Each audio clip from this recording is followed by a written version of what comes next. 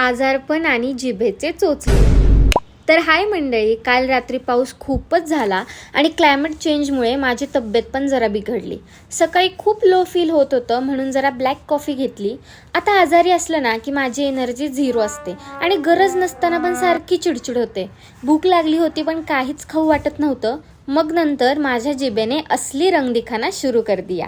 मला बटाट्याचा खीस खाऊ वाटला. मग म्हटलं चला बनवायला घेऊया. मग मस्त असा खीस बनवला, तो खाल्ला. मग थोड्या वेळाने बाहेर खूप भारी वातावरण झालं आणि मला थोडं बरं पण वाटायला लागलं. आणि मग मला खाऊ वाटली ब्राउनी. तीही बनवायला मी चालू केली. मस्त अशी ब्राउनी बनवली आणि याची रेसिपी पण मी लवकरच अपलोड करेल. मग म्हटलं नुसती ब्राउनी कशाला, सोबत व्हॅनिला आईस्क्रीम पण पाहिजे ना, म्हणून ते आणायला मी बाहेर गेले आणि सोबत येताना मॅगी पण घेऊन आले. मस्तपैकी ब्राउनीवर ताव मारला आणि सकाळपासून आजारी म्हणत म्हणत मी काय काय जिभेचे चोचले पुरवले हे मॅगी खात खात आठवत बसले.